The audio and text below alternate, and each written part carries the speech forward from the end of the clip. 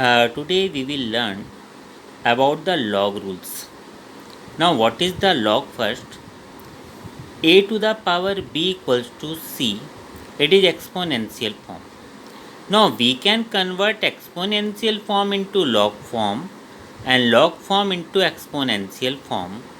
In the exponential form, base is a, power is b, and a to the power b equals to c.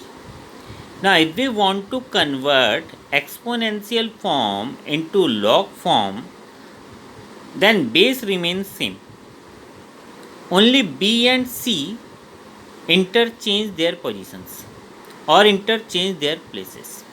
For example, if we want to convert a to the power b equals to c, then it will be log c to base a equals to b. Always remember that if you convert exponential form into log form or log form into exponential form, then base remains same. Only b and c interchange their positions. For example, 5 square equals to 25.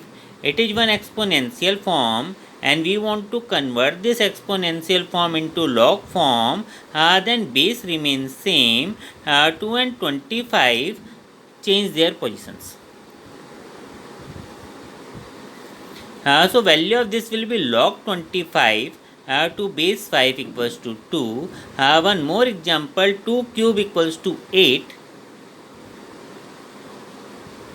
We want to change it into exponential form. So 3 and 8 will change their positions. So its value will be log 8 to base 2 equals to 3. Now rule number 1. We know that 5 to the power 1 equals to 5.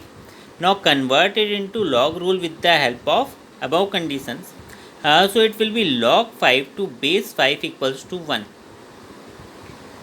Similarly, 6 to the power 1 equals to 6. We will convert it into log form. So log 6 to base 6 will be 1. So one common rule, log of any number to base itself will be 1, but condition is that a should be greater than 1. Value of a should be greater than 1.